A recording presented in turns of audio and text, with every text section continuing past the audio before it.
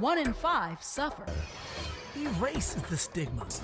Brain difference is not a crime. Mental health isn't just your problem. It's our problem. And now, Mental Health Mondays with Marla and Dave. Welcome to Mental Health Mondays. Now that's better, honey. Look at us. Now we're back finding in our sync. way back into the same little course. chorus. You little cute thing. Okay. The answer for tonight is no. Well, you're just wearing the same clothes as last week. As we promised you guys, we're all smiles. This is one of those shows that we actually probably could use episodes 3 and 4 as well. But we only have one more, and we're welcoming Hannah Sussman for an episode 2 here on Mental Health Mondays. Yes, like I said last week, along with Marla and I, Hannah is one of our lead line producers for the show. She makes sure that all the guests are well informed, and she makes sure that Marla and I are well informed about the guest as well. And managing me is a problem. And we learned last week that she does that with such empathy. It's a gift. To get people to actually be willing to open up is truly a gift. Like I said, along with being a producer of the show, she is a board member of NAMI San Fernando Valley, and she works tirelessly, like everyone else over there does, to just help to erase the stigma surrounding mental health, but also to facilitate healing and access to treatment centers and facilities. And like most of us, Hannah also has her own story and her own journey. So please revisit. So if you're just catching episode 2, please go back and see episode 1, and you hear a lot more detail about Hannah's personal journey through mental health. Absolutely. I want to remind everybody that the show is brought to you this week by Loving Beyond Reason and NAMI San Fernando Valley. So please go by either one of those websites, either NAMISFV.org or LovingBeyondReason.org. Click on the Mental Health Mondays tab, and please donate, because without you, we can't keep this going. There is no us. Don't move. We'll be right back with Hannah Sussman.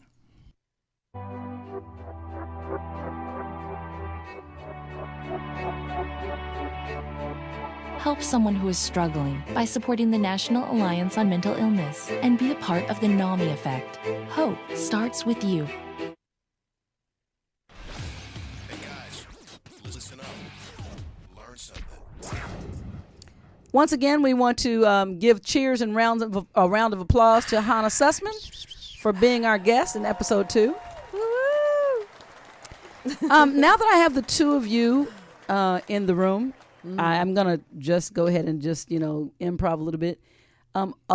Producers, all this paperwork, can we get a paperless scenario going on here? No? Well, most of us do use the paperless scenario, but you tend to like to actually have the newspaper in your hand when you sit on the toilet. Did he just call me potty? Did he say anything? Anyway. So bad. Hannah. Yes. I want to talk about Mental Health Monday for a minute, and how just a quick plug-in to NAMI, how we met, and the moment that the spark hit. Okay, well, the moment the spark hit for me is when you walked into the NAMI San Fernando board. I just kind of fell in love with you. I did. Okay, so you are a firecracker. You know this. I've been told that could be. Personality is big. Yeah, very big. And I thought, I need this person in my life, because I wanted to make a difference with NAMI, and I didn't know how. And then there was you guys became board members at large, which for those of you means that they don't have to come to every board member, board meeting. Yeah. And you guys had talked about that you had a show, but you were done with it, and you wanted to go and do a talk show about mental wellness. To really focus on. Yeah, and you felt that with your status that you could actually do something with it. And so I became very intrigued, and so I said, well, and you said, I want to do it weekly. I said, well, so if we have something called Mental Health Mondays, what is your vision? You said, well, I love it. I like the name. Wait, is this Hannah's impression of me? I guess I'm an angry black lady. hardly. But I like the name. So why don't we have a meeting? And that week we had a meeting. That meeting we fleshed it out. You said 1 week we have celebrities, 1 week we have people from NAMI, every other week.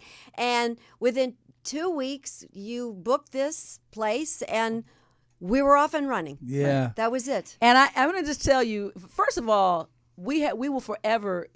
NAMI is mental health magic, in my opinion. The resources they have are amazing. They're endless. But the organization is an organization. And Hannah was like, the way I picture her is, she has so much like vision and energy, and it was just the right thing. But it was almost like I came in with a key and just said, it's okay. You can come out of there now and bring your creativity with you. And I can speak to that because I'm on several boards, and board meetings are just, face it, they're boring as hell. Of course, everyone who's bringing a certain part of the meeting, that part is interesting to the person and necessary. But most of it, unless it's your thing that you're trying to bring to the table, it can be cumbersome. Yeah. Let's just say that. And it's an environment where people are looking for ways to shoot your ideas down, and rightly so, because you need that kind of balance to those ideas that we can go off on a wild hair. But at this, go ahead. No, because I was at this one meeting by myself, and I had to laugh because I didn't know Hannah, but I knew that she was our girl, because any small bit of trepidation or concern, it was almost like Hannah was like, shh, shh, shh. This is for all of us, guys. Like, let's come on. This is it. We're going to do it. We're doing this. We're doing it. We're going to do it. I didn't care what anybody said. Fortunately, we have a wonderful president that is like, absolutely. Go, Hannah, just do it. Just do it. It was absolutely. one of those things. Shout out to Kim funded Bonnell. us for Kim the Bonnell, first few months. Unbelievable. Shout out to Kim. Yeah, and then of course the rest of the board, they got really excited too. But basically it was because nobody really wanted to do the work, and so I said, let's just do it, and so we did it. Well, it's so right. So basically, at this point, so you can understand the mission that has come together. Exactly what Hannah said. There are so many stories to be told. And it's not just in one area of life. There are people, if it's 1 in 5 people, then there's 4 people right now in this room. And to be honest, 3 of us are affected because Tony Sweet won't admit. But the bottom line is, I feel like that what we have now, there's a gift and a curse of social media and exposure, and we're taking the gift of it and connecting with people. So no one, we have to use this platform with everything we've been gifted to do to literally change the narrative, because it's the only way to transform ourselves in this space called mental wellness and mental health. And so I don't think anything's an accident. I mean, we went in the boardroom with Minnie and we came out with Hannah. I'm making a little room for her at my house right now. I got to get the right bedding. Well, what we realized once we met Hannah is that we have kindred spirits to the extent of that when there's something that we would like to get done, we don't like to talk about it ad nauseum for time immemorial. We just literally say, do it. It's time to do it. And, for those first few weeks, first few months, really, we were still working out the kinks. And I think we finally found our stride here. Yeah. So kudos to the two of you for coming up with such a great idea. Yeah. And, because of our relationship with Tony in the studios here at UBN Go. Thank you. Where we had our last show, I was able to then kind of, for years, just take one of the clocks, because as the producer of that show, I was able to kind of reformat into this show. So it was right on time, and it's been very appropriate. We've had great discussions. One of the things that I love about Mental Health Mondays is that there are always something to learn. And I learn something new every week, depending on who we're talking to, and things that I can immediately put to use within my own situation with the things that we deal with at home. And you know what? When we come back, I'm going to bring up some fun little conversation bloopers that I had, back in the day. Where are you to back in the day?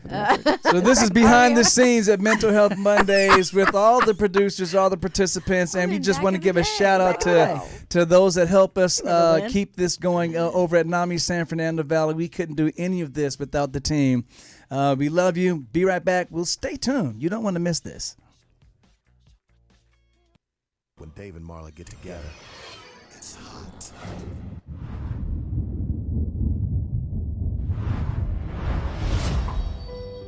You may not realize it, but these words, often used to describe someone with a mental health condition, can be very harmful. In a country where 1 in 5 people are affected by a mental health condition, it's time for all of us to step up and change the conversation. Just because someone's struggle isn't obvious on the outside doesn't mean they aren't hurting on the inside. We need to see the person, not the condition. Join with me, pledge to be stigma-free.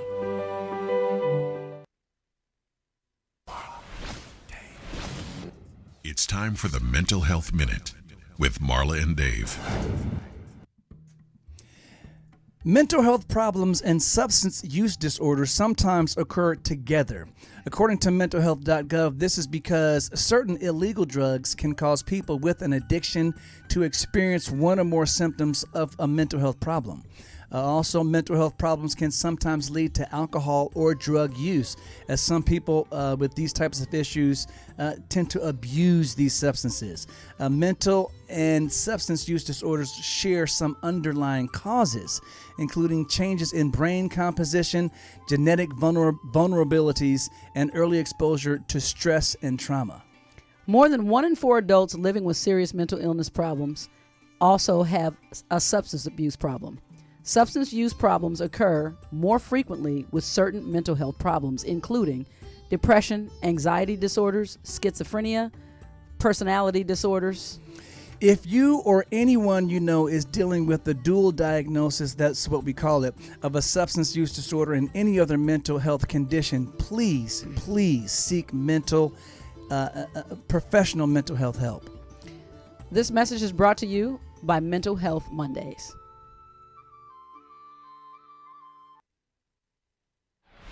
David is a thinker. I never do anything without thinking about it first. Marla is a feeler. I basically wear my personality on my sleeve. But when Marla and Dave get together, it's like a match dancing with a firecracker. So I said I was going to come up with a little fun blooper. It's not really a blooper. It's a conversation note that just again will highlight how Hannah just was instinctually on the same page. So those of you who've been following Marla and Dave, MAD, have been following for quite some time. And when we first pulled it together, the powers that be wanted to have a sample show. And I was like, in the behind the scenes, you don't even know I was having a fit. Okay. I was like, wait, are you like a test? You need me to test what? Like, you have a computer? Can you just get on your computer? All we do, you can see all the way back to 2008. But you were a believer. But you were like, Hannah was like, no, it's not that. This is when she learned to deal with difficult talent. It was day one. It was day one. And she knew. She could always feel it was like, I was like, okay. And that's when my coping mechanism is the cut and dry. It's not a tantrum. It's just, hey, look, this is what I'm going to do. This is what it's going to be. And you guys are either going to take it or leave it. That's what we're going to do. But we took it. And there's no leaving it. And here we are. I know. Yeah, well, I was going to really get into you may, Dave. With who came up with Mental Health Mondays, but it looks like it was completely collaborative. The two of you kind of got together. She threw the title out there, and Yeah, I was like, threw oh, the that's title, perfect. but then she went with the format, and that was it. Absolutely. It takes a village, people. There's no. So I said last week, and I also said it at the beginning of this show, Hannah, when you actually, it's a gift because Marla has it as well. Sometimes Marla and I will go out to eat at the sushi bar, back when you could go to the sushi bar and sit at the bar. It's coming back. It is slowly, but we still have to. Right now with the variants, I just want to say make sure you maintain your safety precautions. But back then when you used to just go out and hang out at the sushi bar, I would go to the bathroom to wash my hands because I usually had to meet Marla there because I'm coming from a studio or something like that. And I go and she's sitting next to a stranger, not even talking. When I come back, the stranger's bawling. She's hugging the stranger. And I'm like, what? And the life story. Matter of fact, I sit there for 2 hours, basically not talking to anyone, just Marla and this stranger, just completely bonded, and then they're like friends for life. But what I noticed is you have the same gift to be able to get someone to open up, and that's a certain level of empathy that person has to feel from you, so that they can feel comfortable and safe in their vulnerability. Yeah. Talk about that a little bit. Yeah, because I definitely want that, and you can add to that when you go. We talked about you did the show, and you told the story on the comedy. Yeah. Comedians cry or something like that. No, Funny people. Funny people Cry cry too. Yes, yes. But you're a little bit about your background, because you also do have a performance. I do. Right. I have a background in acting, and I also was behind the scenes. So I did like I was a PA. I was a production coordinator. So I worked my way throughout the entertainment industry. So I just kind of knew that a lot of things just have to get done. It doesn't matter what you think, just get it done. Yeah. And so I found that was my personality anyway, because working that's the way I felt, working at home as a young kid, trying to maneuver and manipulate my mom. I literally, as I got older, I would literally yell and scream at my parents to just shut the up, so that they would both be quiet. And you know what? They listened to me. Wow. So I became so powerful in my house. And so I just had to get things done. Right. And so I decided, talk about behavior modification. I decided that was an asset of mine, but I want to apply it correctly. And I want to listen to what other people have to say. And I want to be a collaborative person. I don't want to be a know-it-all. And I don't want to be someone that also knows things but will keep it quiet. So you don't want to bury you don't want to bury. So it's not easy for me. Yeah. But I notice that when I'm in a room, like or when I'm with you, Marla, it just, I'm invited to open up. I'm invited, and I sensed it. And also I sensed that you and I had this very similar, it's like, just get it done, that kind of person. But you're further along than me. I still need some treatment. I feel like I need you, because you have much more self-awareness. You're more evolved. I'm going to get some of that. Yes. Dialectic, Well, I think Marla therapy. Well, we'll all help each other. But the point is, when I interview our guests, I find that more of the people confess that they have never spoken about it so succinctly before. And it was like effortless, and it wasn't painful. So, and I did bring the funny into it. I always bring the funny into the interview. So when they talk about it, they're not shamed. I think it's appropriate to be ashamed at behavior that I have done in the past that is not right. But that doesn't mean that I want to walk around Well, it doesn't mean that you have to be ashamed of who you are. Right, but That's I am ashamed of the thing. behavior of what I've done, and I am capable, I'm more than capable of changing. And I have proven that to myself. And there are going to be people that just will never believe me. Yeah, that's true. You have to accept that. They just won't believe when it. we come back, I can't believe we're already here, but I actually have a bizarre question for Hannah. It just came up out of my brain, and I have to ask it when we get back. It's bizarre. It's like, as she said, did you say wackadoodle? It's wackadoodle. We're having a great conversation. Don't move.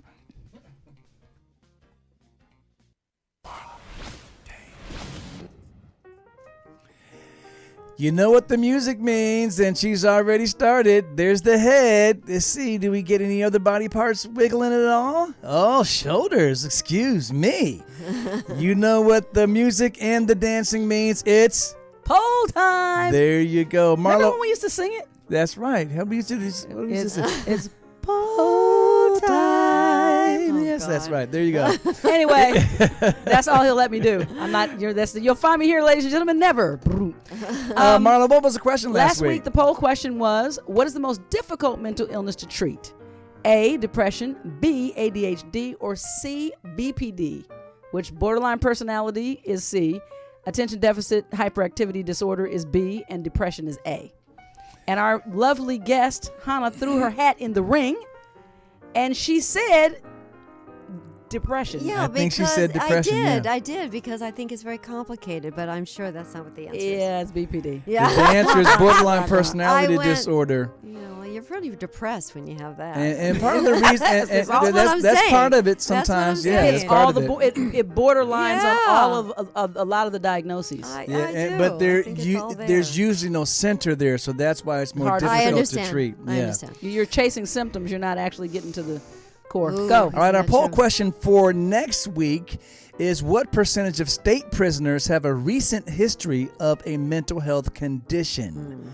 This is something that's very important because, to use our prison system as mental health treatment facilities As a friend of mine is said, just not right. we're putting all of our problems in prison. We don't put cancer patients in prison. But anyway, What's the your percentage? options are: the percentage for that percentage is either A, 11%, B, 17%, or C, 24%.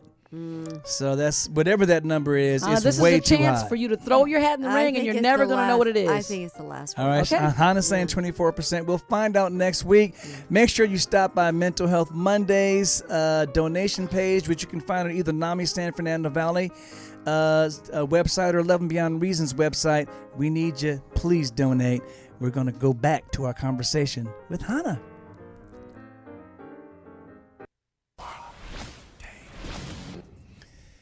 All right, right, we're it's back. time for Marla's my wackadoodle question. Yes. for Hannah. Let's hear it. Hannah, you referenced many times that your suicidal ideation was stepping out in front of cars. Did you have any other? Or was that always? Was that is that the your one methodology? thing? Well, So much so that I your was boyfriend thinking that joked last you. week. I was like, Okay, when she but- keeps saying but- she's stepping but- off the curb, but there's nothing else. But well, no, I'd walk, but the reality is that the cars would miss me. And So it would always be like, right. But what I was doing with my eating disorder is that I was killing myself the whole time. I mean, when you starve yourself for days and days and days, and then you black out because you binge your brains out. Wow. So you're killing yourself.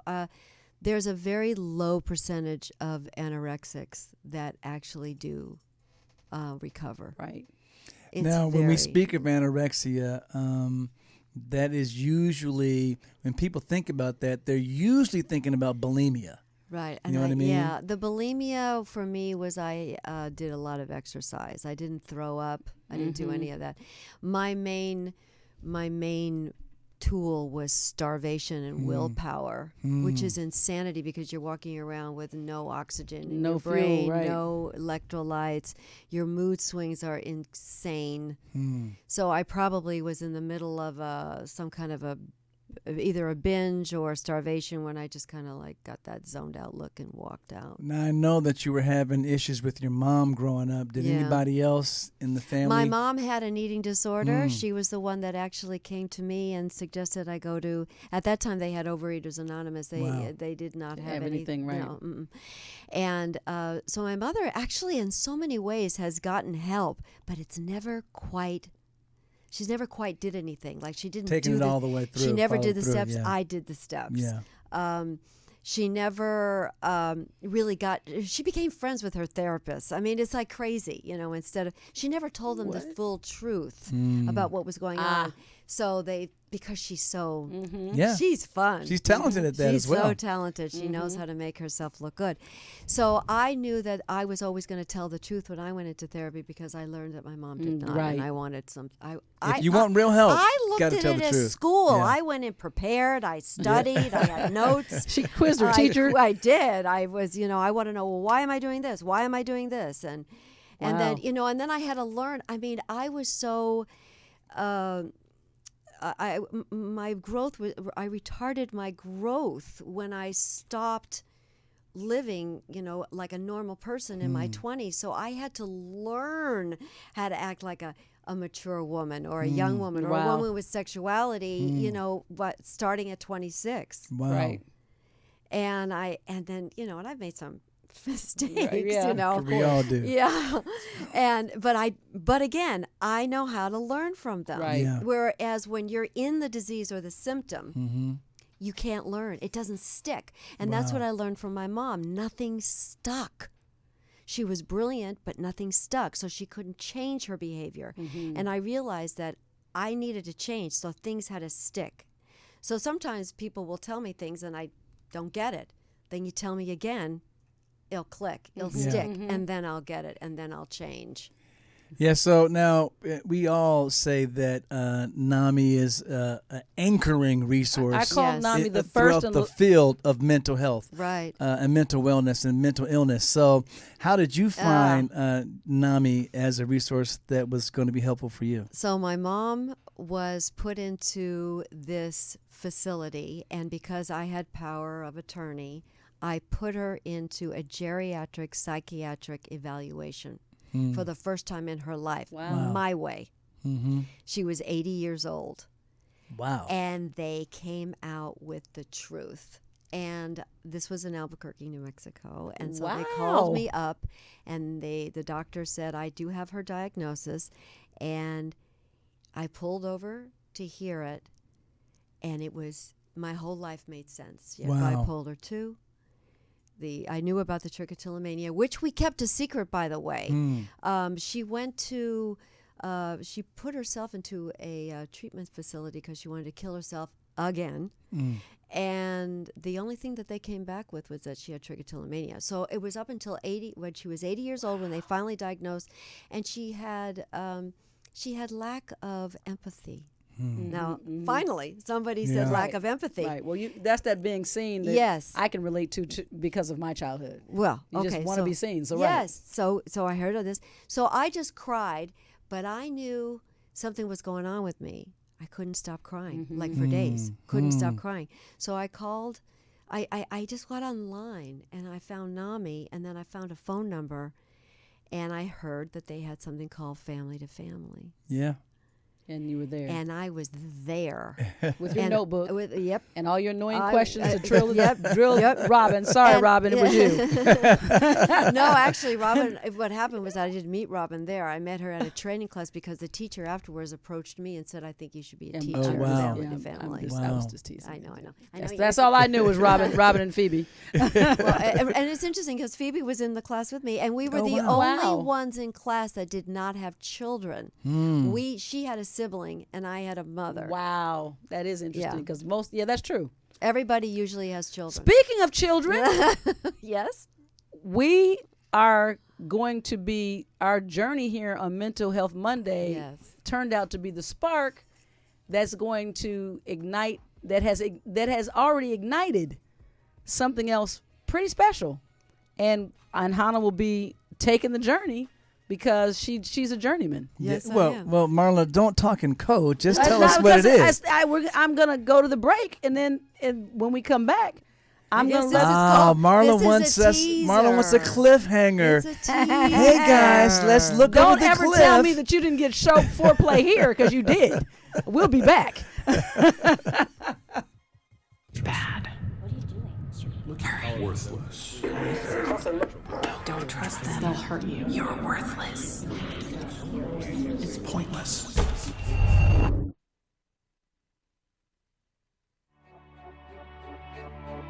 When the pain of schizophrenia meets hope, everything can change.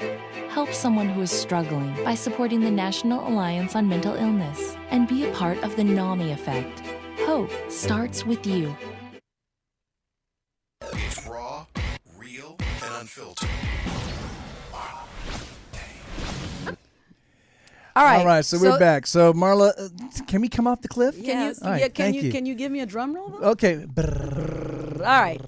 So we have been, we are in pre-production as we speak on a family show, which we are very, very, very excited and proud to present. Mental Health Monday will be also part of our show that we do, as well as just the transparent truth of what we deal with within our family, done through very it's going to be one for the ages, because the messages we want to give to the world are very simple. As you've heard from Hannah, you've listened to Dave and I for years, you see our family all over social media.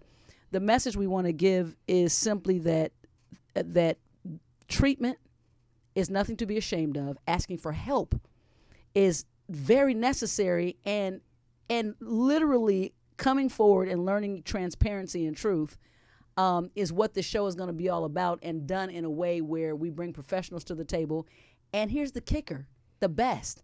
We get to reach out to families like you and bring you along and see what we can do to be able to assist and help you on your journey of truth and breaking the stigma and breaking the silence and erasing the stigma.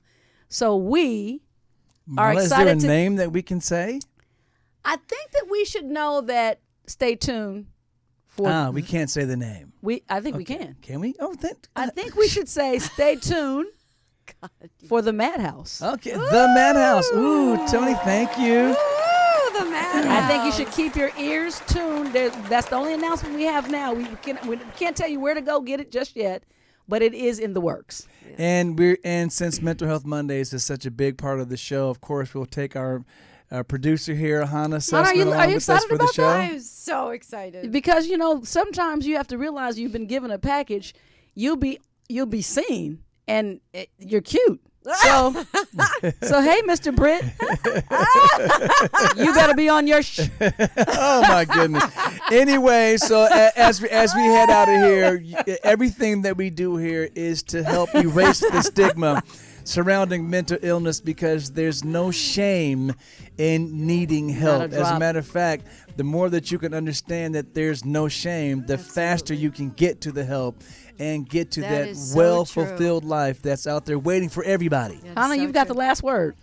Find the funny. Find the funny. Find the once funny. again. Sometimes when you feel like crying, the best option is to just find the funny and laugh about it, because we all have issues to deal with, and none of us have a situation that's so unique that somebody else hasn't been there before. Perfect isn't possible on this planet. So let's actually stay transparent and work on the truth. This has been fun. Our guest has been Hannah Sussman. Love you both. This is how we do the baby. show. This is what we do. This is what we do. You're right in the mix. Absolutely. Now she's not gonna call me when we leave here and say, "So did you remember to?" Because I'm gonna say no, because you forgot. You were sitting right there. See you guys later. See you. Love you Actually, guys. gonna see you next week. Yeah. Absolutely. We'll see you next week.